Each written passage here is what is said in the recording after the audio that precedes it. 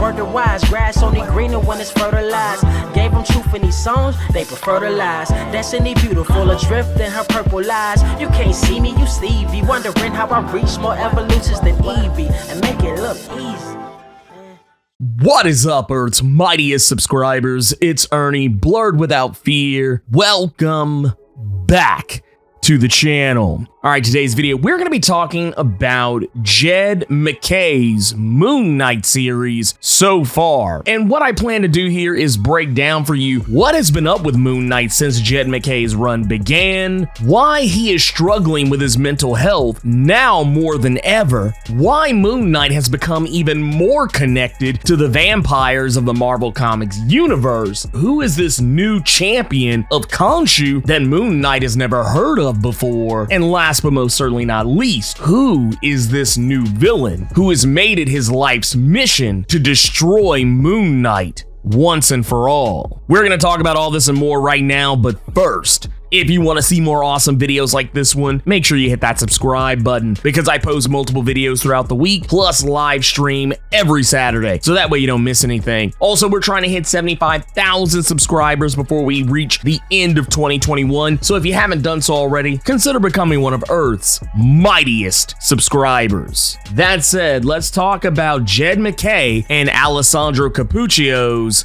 Moon Knight. Okay, so to talk about this, I'm really going to be diving into not just the recent issue of Moon Knight number 5, but also the previous 4 issues that have come out over the last few months, and basically what you need to know about Moon Knight, where he's at in this particular stage in his life, is that he has in recent time been offered membership by Black Panther to join the Avengers after the whole Age of Khonshu debacle, which I'm not going to spend any time getting to. I'll actually make a separate video for what was going on there. But what you need to know is Moon Knight came very close to doing some really evil and borderline shady shit in order to do what he felt would save the world, and that put him in direct opposition against the Avengers. Not only that, it made him align himself with his god Khonshu, who he had been on the outs with for quite some time, at least as recently as Jeff Lemire's Moon Knight run from back in 2017 and 2018, where Khonshu had tried to manipulate Mark's mind and basically erase Mark Spector, at least from a mental standpoint, so that he could take over Mark Spector's body. Right now, Khonshu and Moon Knight, their relationship has reached an all-time low, but that doesn't mean Moon Knight has given up on what he believes in. Even though he no longer trusts the moon god Khonshu, he still wants to uphold his mission to protect the night, and he has started what is basically referred to as the Midnight Mission. And what he's been doing is he's been going out into the streets and doing what superheroes on the street level do. He protects his neighborhood. For all intents and purposes, you could almost kind of think of him as a type of heroes for hire operation. Only this operation is less focused on money and more about doing what's right, because as you must remember, Moon Knight is independently wealthy. He doesn't really want for money, but this leads him in direct conflict with the vampires of the Marvel Comics universe when a new character introduced by the name of Terry comes to him and tells him that vampires are abducting people off the streets. This actually leads to Moon Knight making it his life's mission to beat the brakes off every vampire in his neighborhood, even to the point where he takes down a van being driven by vampires that's smuggling newly made vampires. For all intents and purposes, a vampire pyramid scheme where vampires are basically bringing in new vampires and having them bring in more new vampires, and the whole structure is, for all intents and purposes, yeah, it's a pyramid scheme. But instead of making money, they're focused on getting that blood. But Moon Knight ends up killing the vampires who are doing the smuggling, and he almost kills one of our new characters, a woman by the name of Reese, who just recently became a vampire against her will. She doesn't want to be a vampire, and she's not really crazy about the new life that she leads, but Moon Knight has taken her in, and now he has made her a part of his Midnight Mission, largely because Moon Knight feels like he can trust trust her. And like he even says at a later point in the series, that she doesn't try to fix him like everyone else does. She just accepts him for who he is, just as he accepts her for who and what she is. He doesn't care that she's a vampire. All he cares about is that she wants to do good. He doesn't think that all vampires are bad, even at one point going on to say that he didn't kill those vampires because they were vampires. He killed them because they were murderers and kidnappers. But Reese has her own struggles to worry with, because there are points throughout this comic where she does have to fight with the fact that she could lose herself to the thirst at any time, which I'm gonna go on a limb and say, just because of how everything has been set up here with Moon Knight and these vampires, and they've kind of become not so much the most integral part of his series so far, but they're definitely becoming important to his series. I have a sneaking suspicion we'll see Moon Knight crossing over with Blade before it's all said and done. Also, just a sidebar, just based on how Marvel's synchronicity works with their comics and their movies and TV shows, don't be surprised, especially after what we just recently saw with Marvel's Eternals, don't be surprised if you get a little Blade Easter egg or some kind of a connection to Blade in the upcoming Disney Plus series, Marvel's Moon Knight. Just saying, Marvel's pretty consistent about making connections in the comics that will maybe possibly hint at what they're doing with their movies and TV shows. Now that said, Reese is not the only new character being introduced here. We're also introduced to the character of Dr. Sturman, who some may immediately come to distrust if you're familiar with Warren Ellis's Moon Knight series from 2017, where we were introduced to the character of Elisa Warsame, who turned out to be a very shady psychiatrist that Moon Knight was talking to. Dr. Sturman seems to, for the most part, be on the up and up. She has become a very major portion of this comic, similar to how I described the character Reese. She's been trying to help Mark cope with what's going on in his head, that he literally helped Khonshu, for all intents and purposes, take over the world. She's been trying to help him cope with his bloody and violent past, trying to help him compartmentalize the fact that his family doesn't want anything to do with him, that he has a daughter who he'll probably never see again for the foreseeable future, because when he helped Khonshu try to take over the world, her mother took that child and hid her away from him, helping him cope with all the death that has surrounded him, the people who he's hurt, the people who have been hurt and in some cases even killed because of their connection to him, trying to help him cope with his degrading mental health, and maybe even trying to get to the bottom of why he still follows Khonshu even though he knows he can't trust him. We also see the return of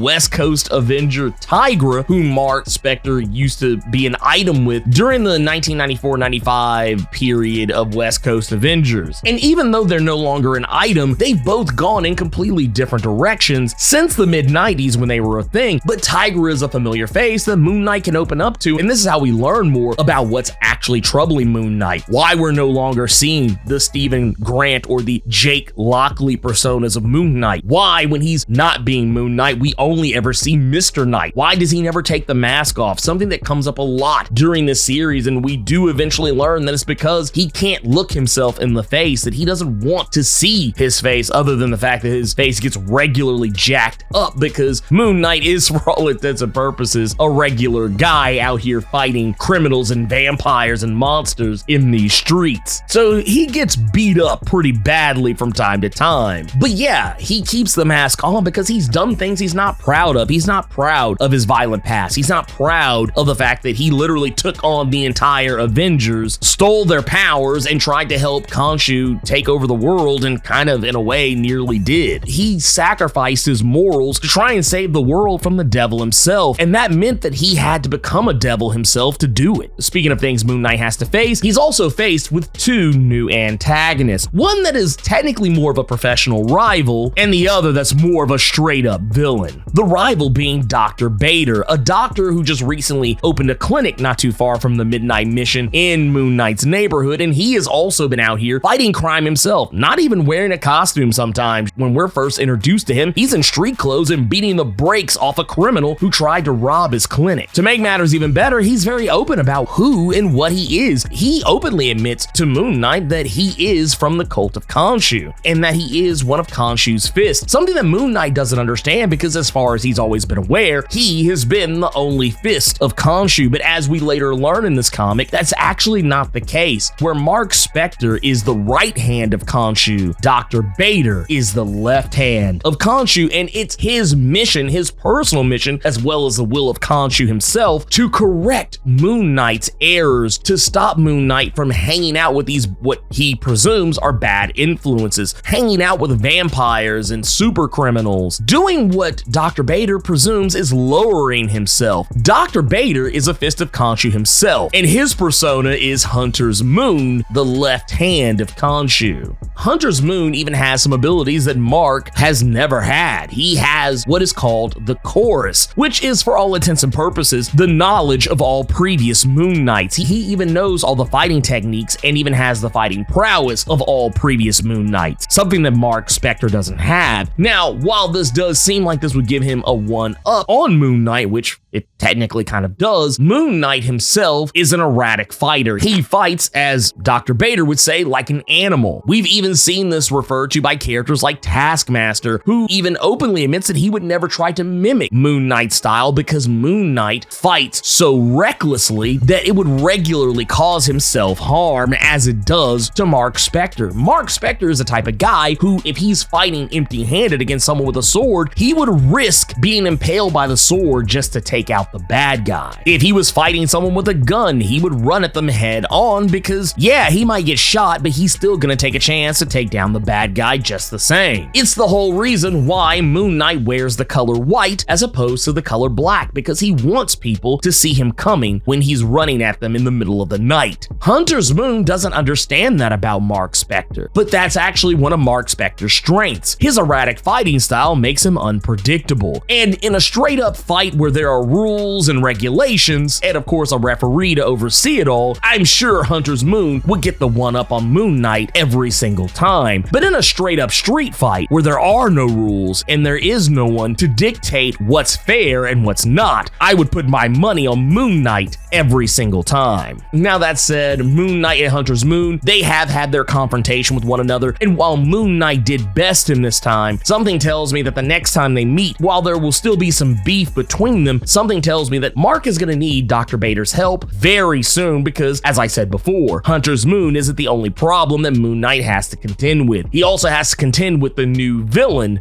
Zodiac. A villain who has literally been looming over Moon Knight's midnight mission since issue number 1. He's the one who has been pushing Moon Knight in all the directions that he's been going. He's the one who's been pushing Moon Knight in the direction of taking down the vampires. Even sending a guy like this new character we're introduced by the name of Holly, who appears to be some sort of a janitor in one of the apartment buildings in Moon Knight's neighborhood. But what we learn about this character is he has a superpower. He has the ability to tie people into what is essentially a neural network, and all they have to do is do something pretty gross, and that's taste his sweat. This guy's like a nasty version of the Purple Man. He even hired another D-list villain by the name of Stuart Clark, aka Rampage. A guy who has very strong and sound technical prowess and even has some hacking skills, and Zodiac even tries to use Rampage's quotey fingers hacking prowess to, for all intents and purposes, bankrupt the Midnight Mission, something that backfires because Moon Knight doesn't care about money. Because as he says, the Midnight Mission is a church, and money is nothing to him. It means absolutely nothing to him because no wealthy priest has ever been good. While many of the things Zodiac has been doing may not seem like it's that big a deal, deep down he's been pushing Moon Knight to question everything that he's doing, forcing him to question whether or not saving an ex-Hydra agent like Soldier is a good idea, whether or not he should risk his life for someone like that. The reason why this guy is so dangerous is not even just because of those things I just mentioned. It's because this is a guy who's not only been trying to take down Moon Knight in his Midnight Mission, it's someone who's actually been working somewhat closely to him, and that is the new character of Terry. Terry is one of the first individuals that we meet in Jed MacKay's Moon Knight run, and is the one who sent Moon Knight after those pyramid scheme vampires. The reason why he's always been one step ahead of Moon Knight is because he's literally been standing next to him, right under his very nose, more often than not since issue number 1. Now, whether or not this guy has anything more to him than being a master manipulator, it's hard to say, but it's also safe to say that he's not working with Hunter's Moon, and I'm pretty sure Mark is going to be able to leverage Hunter's Moon into helping him take this guy down.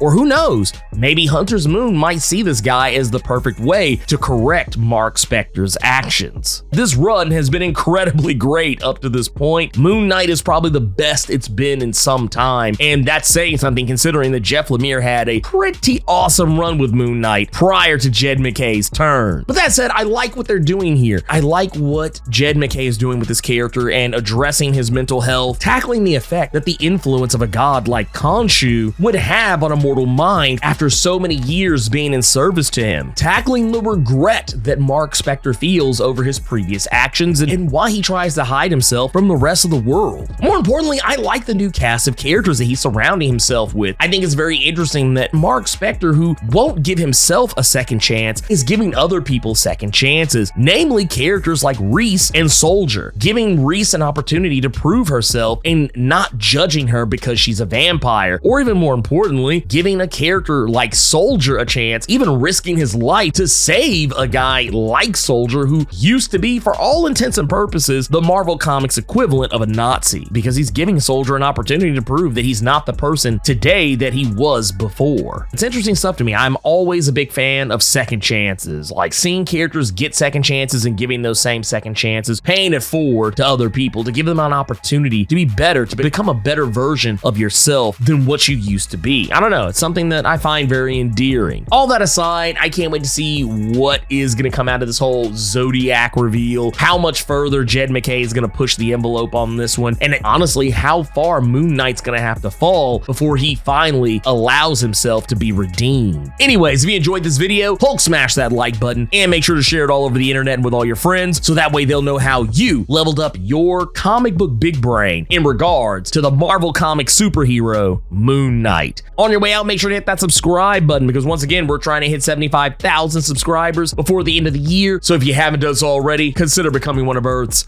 mightiest subscribers. Also on your way out, let me know what you thought about Jed MacKay and Alessandro Cappuccio's Moon Knight so far. Keep it plus ultra and sound off in the comments.